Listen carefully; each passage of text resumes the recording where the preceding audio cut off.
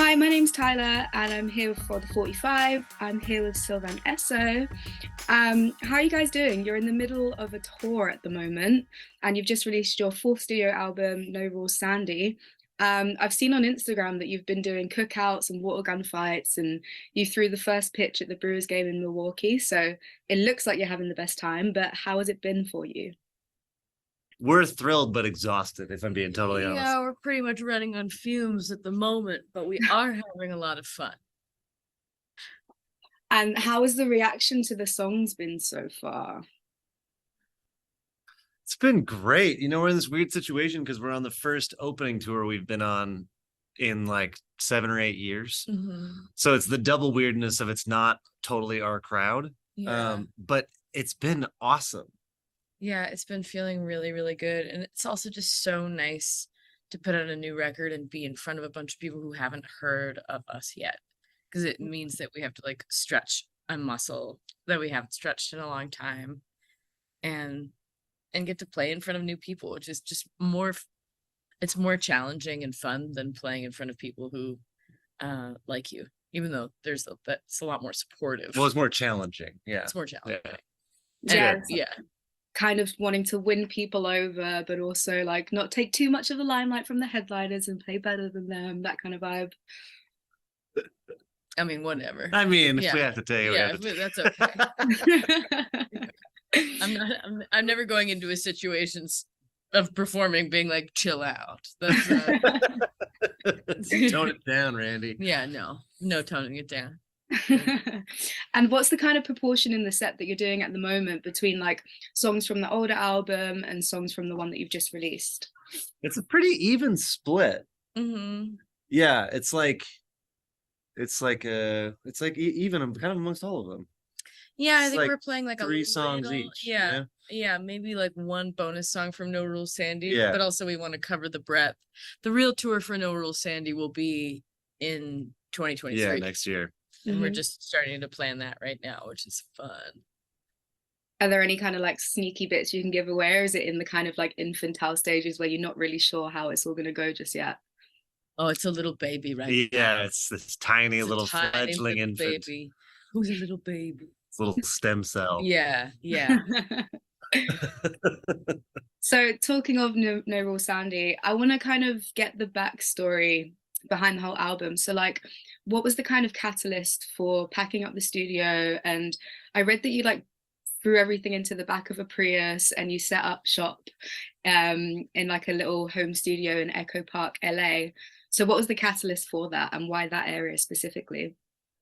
When the pandemic hit, I realized that once we were a year in, I realized that if we didn't cross the country, it was going to be the first time that I hadn't crossed America in my adult life. So I was like, well, we can't let that happen.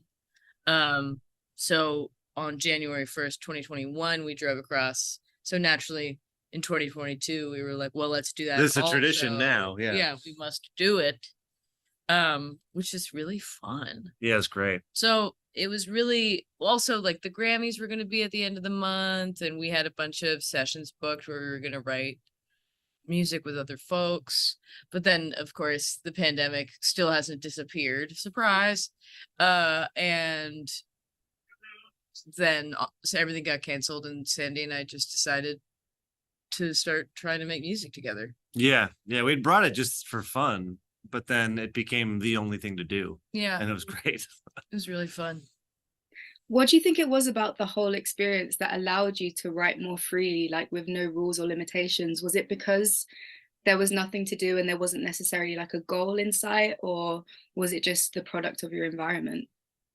I think it was both of those.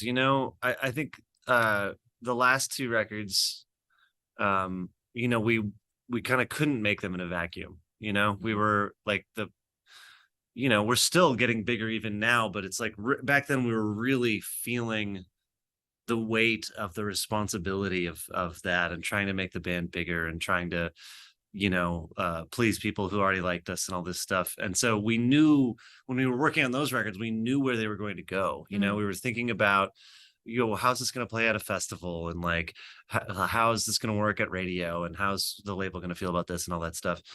And this time we didn't think about any of that stuff. We were there, and we were just having fun. I mean, we were literally just having fun with each other without thinking at all about it being a record. Like, the point was literally just to have fun while we had nothing else to do. Mhm. And it wasn't until after we got done that we realized that we really liked it all and it probably was a record.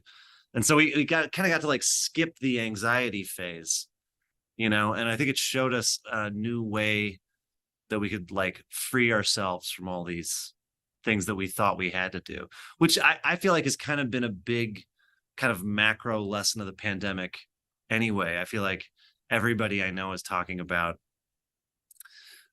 rethinking what they thought they had to be doing. Mm. And I just think we had an acute version of that.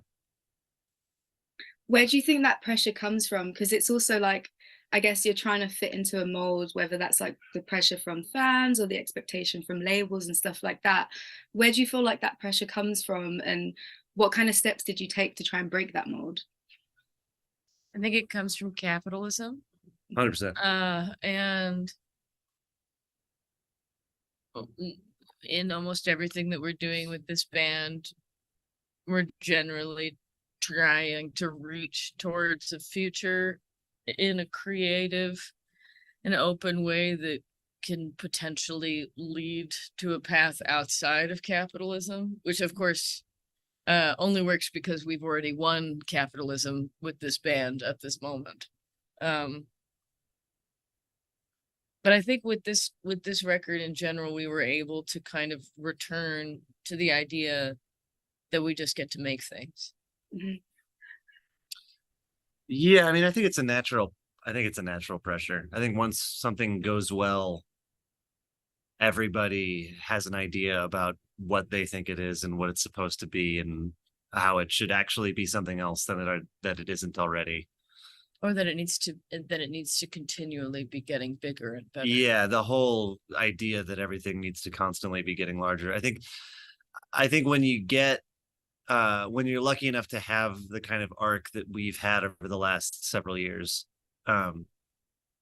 it's kind of an inescapable feeling, I think, because there's a part of your mind that's always worried that you're going to ruin it, like this is our dream, like having this job in this moment is like something we both dreamed about for our whole lives. So I think there's always a part of you that sees it with a scarcity mindset and thinks that it could go away.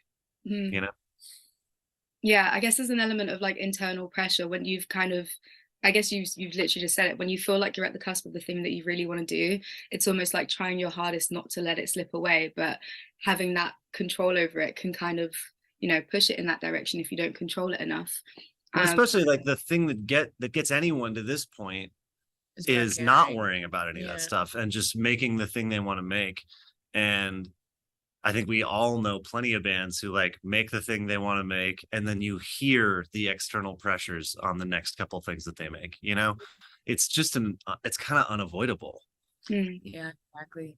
Yeah, and to not get,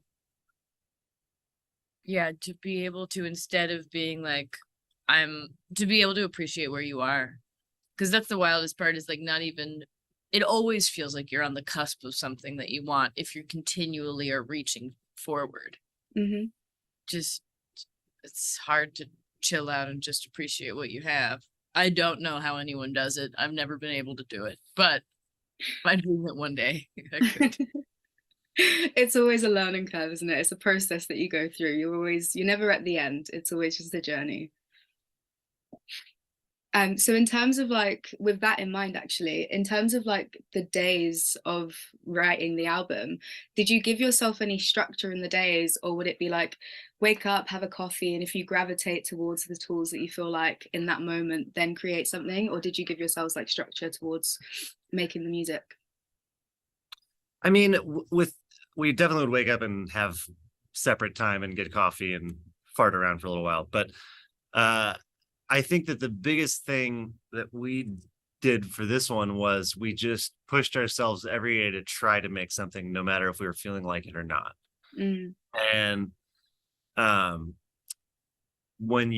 think a lot of times, for me at least, when I pushed through that initial moment of kind of like oh, I'm not feeling inspired, quote unquote, or whatever, uh there's always something interesting on the other side of that like laziness hurdle for me.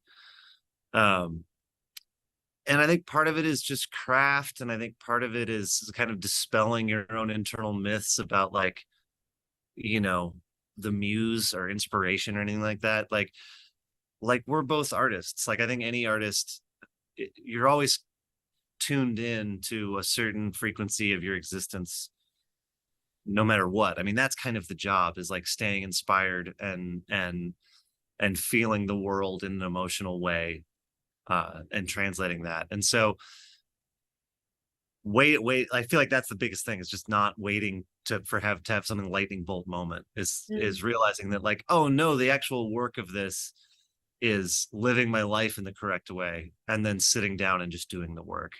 Mm. It feels like that I can kind of get a sense of that because there's such a carefree ease that runs throughout the album, and it is a lot more frenetic than the previous work that you've done.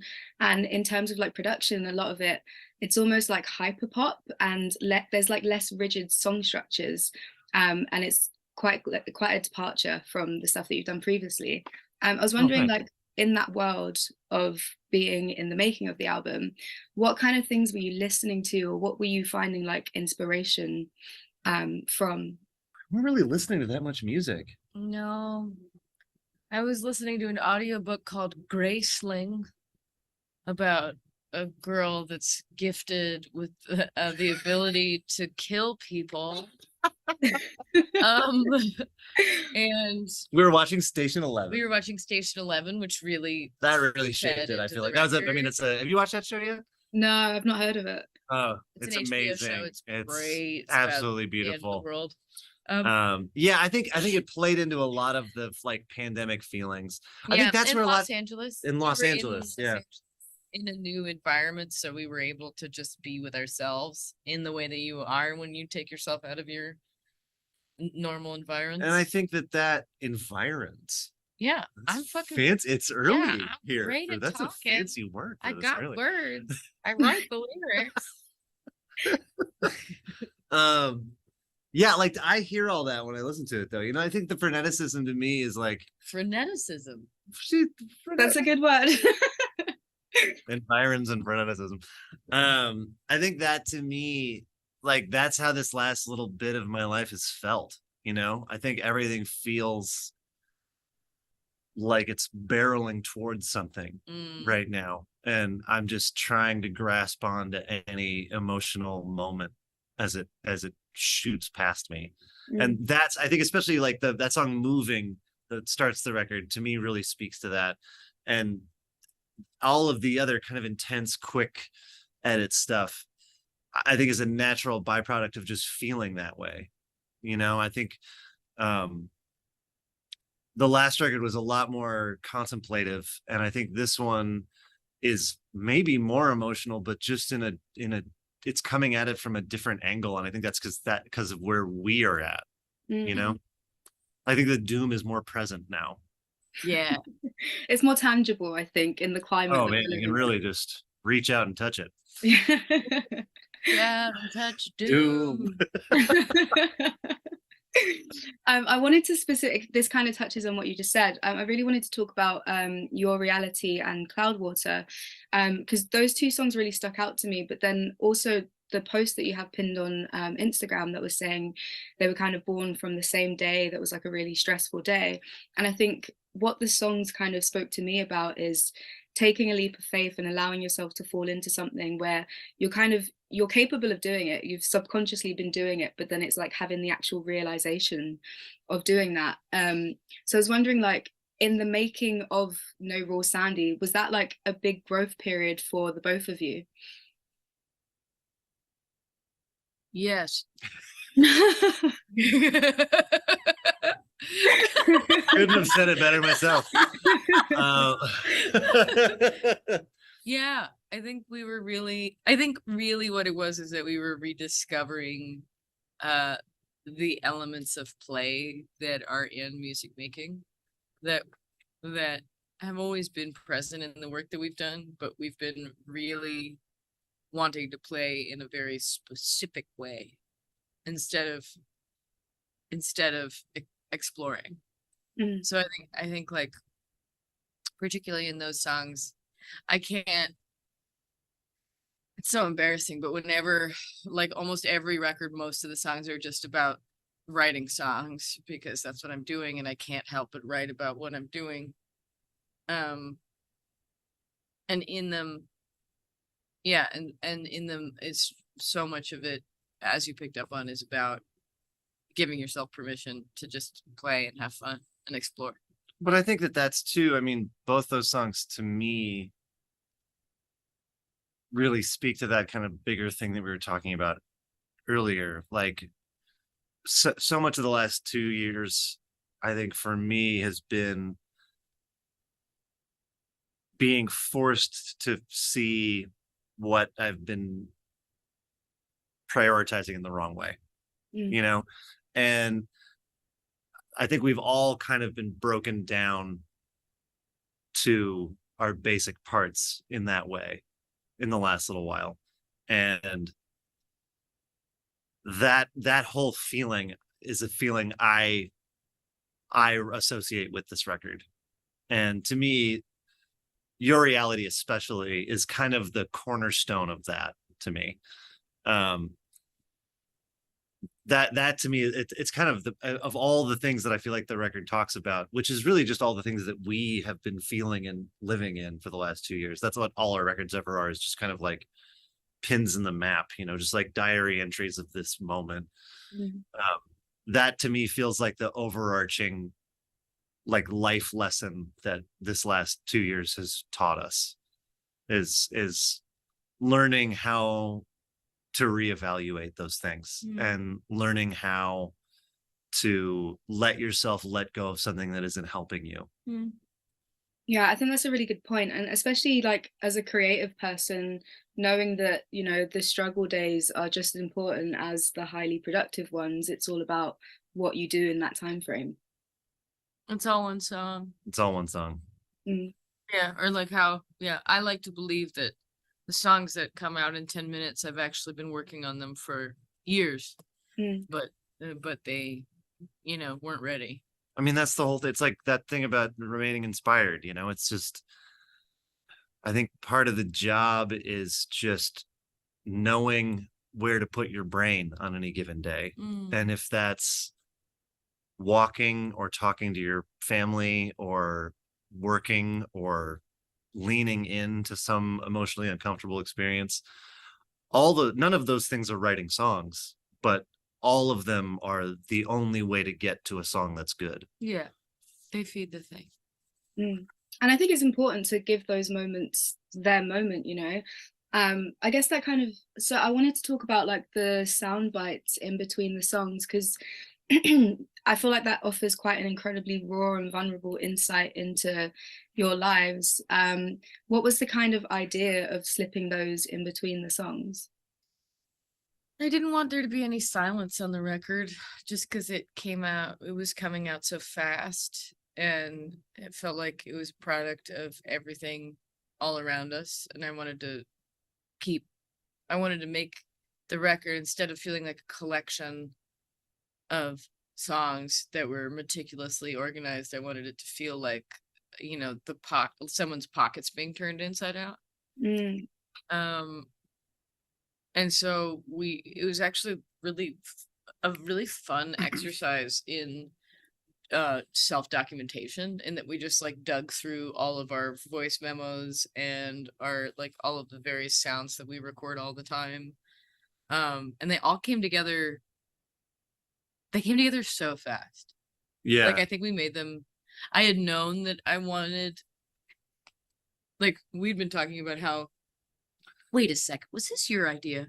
Well, the thing that led to the better idea was my idea, but yeah, because we were we were in the studio, and so it was so processy, you know. We were like iterating, and like by the time we'd get to, it was a song would always start with one idea, and by the time we were like actually writing it as a song, would have gone through like 3 different things. It was very processy, and the initial thing was just like, oh, wouldn't it be cool if we like opened up the process a little bit more on the record. So you heard where something started and then you heard it move into the thing that the song became. So like leading into Echo Party, there's that vocal loop that speeds up and gets chopped and becomes the backbone of Echo Party, which is like, I don't know if anybody maybe would have noticed that that's where that sound came from. Yeah, I love it. And, I don't think anyone knows. But I mean, whatever, it doesn't matter. Yeah. It's like the point is like showing somebody that, whether or not they see it, I think gives somebody that doorway into that intimacy. Yeah. And when we were trying to follow that feeling, the feeling of like letting someone in, Amelia started having this idea to just put all these voicemails and stuff in there, because that's just another, everything felt like time-stamped. I mean, we literally time-stamped that one interlude, like May 4th, 2022 or whatever. Because we want it to feel like it was this one instant, you know? And every time we added one of those things, it felt more open and more like welcoming. Each one of them felt like another doorway into the record for somebody. Like we wanted you to have that feeling. We wanted you to feel like you were there and like it was yours. I really like that idea, and I think that kind of adds to like the playful funness of, you know, we're in this space for 3 weeks, we're going to create something, we're not going to care too much about it, and you know, it's a more honest way of putting out music and little snippets of yourself, as opposed to a really kind of thought out, concise thing, as you were saying before, that takes the fun away from, you know, the kind of creativity and the art side of it, you know. Well, and I think as a quote unquote pop band, which is inherently like, it's usually a pretty polished format, you know, I think we've leaned into polish at times in ways that have felt like very purposeful. And I think this one just inherently felt so unpolished as an album that the more we led into it feeling like kind of stitched together, the more we liked it. Yeah. You know, the more it felt like itself. Yeah, we wanted to make something that only we could make. Yeah. And of course, I'm sure you had a lot of fun doing it, and you can tell by listening, sorry, to the album. I did want to ask, because I picked something up in one of those little snippets. Do you think that people who are astrologically compatible can succeed at relationships? Because I'm very intrigued. I'm not sure. It was just such a good voicemail that Alex. Yeah, sweet Alexandra. Yeah. Yeah. She's obsessed with the birthday book. You know? And do y'all have the birthday book in the UK? I've not heard of it, no. It's one where you can like look up everybody's crisscross on like, so like you like find out their sign and your sign, and then there's a page that's about like what your relationship would be like. I'll say this. I think if you're asking the question, you already know it's not going to work. You know what I mean? Here's the thing: if you just like somebody, you're just like, awesome, let's go on 18 million dates. And if you're like,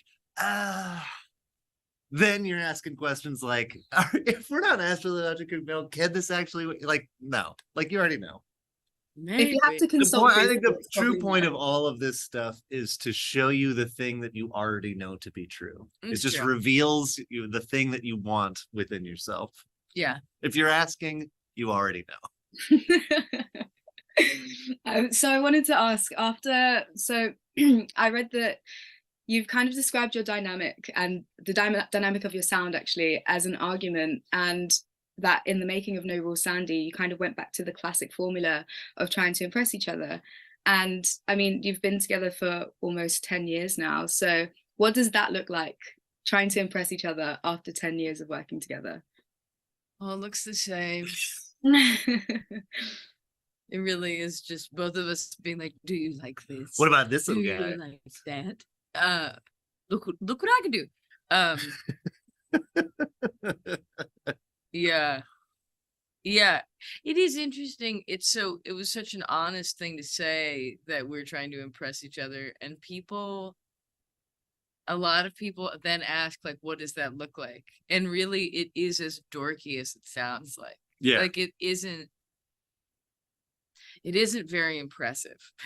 I don't think it would be impressive to watch for anybody else. It's a lot of like, Like on my end, it's me being like, ooh, ooh, ooh, ooh, and then putting on headphones so she doesn't hear what I'm doing for 5 minutes, and then taking them out and be like, how about this? Yeah, and it's It's the a lot of same that kind of with thing. me of like writing a melody in my head and then performing it at Nick. Yeah. Yeah, it's all just trying to I think when there's only two of you in the band, it's everybody's job to keep the air in the balloon. You know what I mean? And like neither of us gets to take a break of being the person with the best idea at any given moment. Yeah. And so I think that's there's kind of this like fun version of competition where we're always trying to be the one who's like making the thing better. And that's just, I mean, it's maybe better now than it used to be because it's so much harder. Like she knows me so much better. Yeah. And she knows all my bullshit. So like I can't pull my usual nonsense. It's the same. Yeah. Where there's just a general, we both know each other's breadth of work so well that we can tell when one of us is just recycling an old idea. Yeah. It's like there's no space to be lazy. It's like, come on now, I know what you can do. You can do better. Which is the best. Yeah. Yeah, which is great and leads to much better work, honestly. Actually, we both end up pushing ourselves in a different way, you know? Mm-hmm.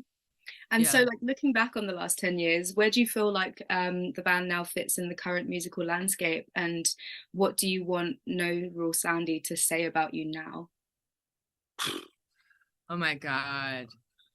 If anything, I feel like we're just now, like, this feels like a jumping off point to like the rest of our career to me.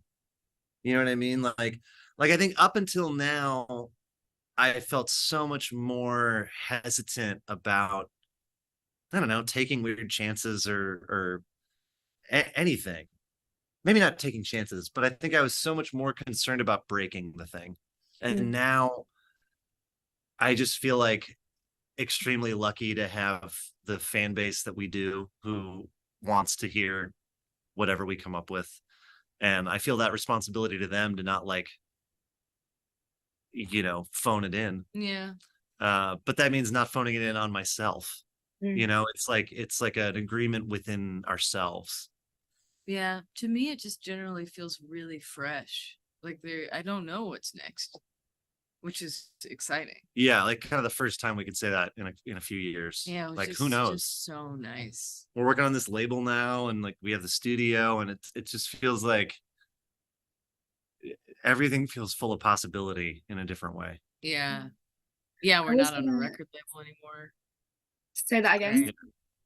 We're not on our record label anymore. So this was our last record with them. Well, that's what I was going to ask you. So you started Psychic Hotline last year. I was going to ask what prompted you to do that, and will you think of self-releasing music going forward? Yeah, I mean, I'm not sure.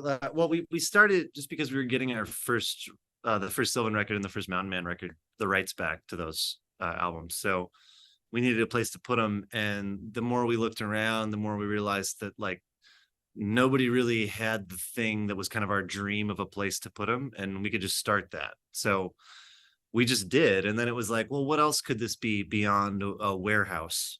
And all sorts of fun ideas started popping up because it's like not our main business. Like touring is our business. Like that's what makes money for us. So all the other stuff we do doesn't need to operate in a super, you know, profit hungry structure that, you know, if a label is your main thing, like that's obviously more of a concern. But the minute you take that out of the equation, all these fun possibilities popped up, you know, and that's just been like so rewarding to see, like, how can we help artists make things, you know, how can we be the thing that enables something to happen that's even outside of us. And it's just been so enriching, even on a selfish level. Like it just feels like our musical family has really grown in a different way. And what are you working on the label at the moment? Are there any releases that you can talk about that you're excited for? There's really exciting stuff coming. There's extremely cool stuff happening that we can't talk about yet. But You'll know it when you see it, and it's Yeah. so It's sick. So cool. We're working on we've been doing this singles series, which is all like, one-off collaborative singles from artists, which has been maybe the most rewarding part of it.